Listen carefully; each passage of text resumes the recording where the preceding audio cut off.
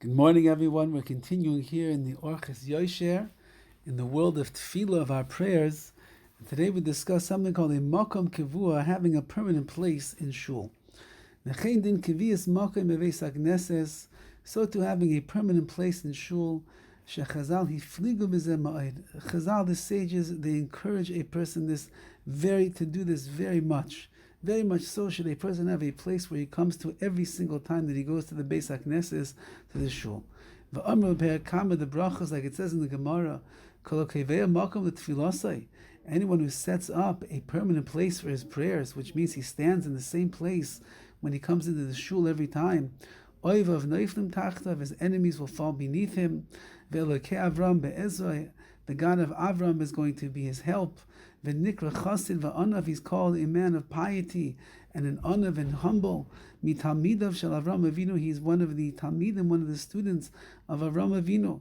Not bad if a person just comes and sits in the same seat day after day, year after year, and they sit there and they stand there, and that's where they daven. That makes it their makom kavua. That makes it their permanent place. They're accustomed to it. Their prayers are going up from there. They're connecting to HaKadosh Baruch Hu from there. There's a special kedusha that exists for that person who's standing in that place. Because of Paiskim, the halachic authorities write that tzarich she'lo bebeis hakneses makom kavua tamid. You have to have a place that is constantly your permanent makom, your permanent place. Shelo yachlifenu b'shum panim. You should never switch to sit someplace else. Rak machmas einis, unless, of course, there's something under the rest, something preventing you from sitting there. And then your prayers are going to be heard. God forbid that a person should shame or disgrace or cheapen the words that are paskined in the Shulchan Aruch. It's an obligation, and you're not allowed to change it, which means you can't come into the shul on Monday, sit in one place, come there on Tuesday, sit someplace else, Shabbos you'll sit someplace else. Rather, a person should have a place that they go to each and every time.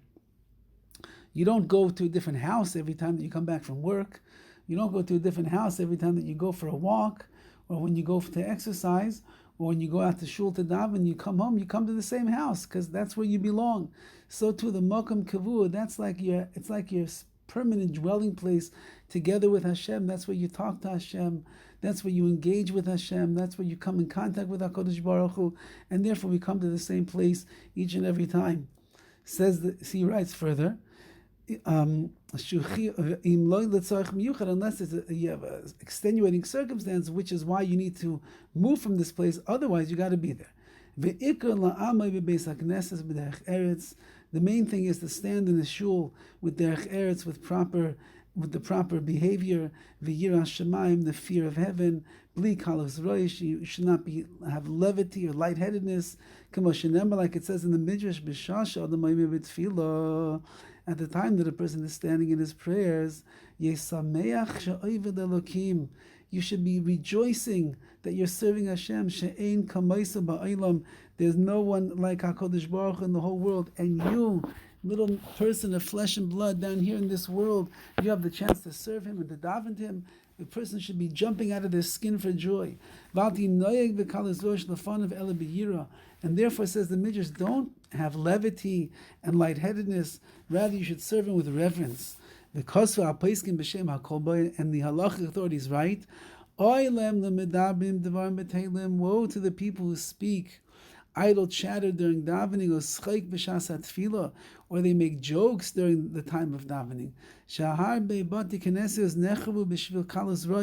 Many shuls across the world over all the generations have been destroyed because of the levity and lightheadedness which took place inside of those shuls.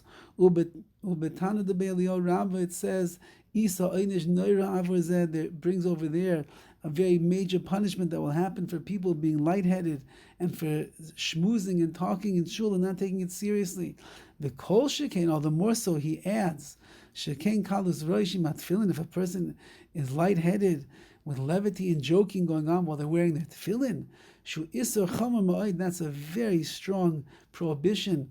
Person puts tefillin on their head, they have to have a level of seriousness. Shai bitlu mitzvahs asay deraisa shel hanachas tefillin kol hayom. The sages said, even though that really a person should wear the tefillin all day long, but they said we shouldn't nowadays. Why? So that we shouldn't come to such a prohibition of making lightheadedness and revelry and leitzanus while we're there in our tefillin. So therefore we put them on when we daven in the morning, and then most people take them off pretty much right after that, to make sure that we wear them with the proper kavod rosh, the proper intention and seriousness which is supposed to be taking place when we're wearing our tefillin and when we're standing in shul, having the schus, the merit to be able to daven to Hashem. Have a wonderful day.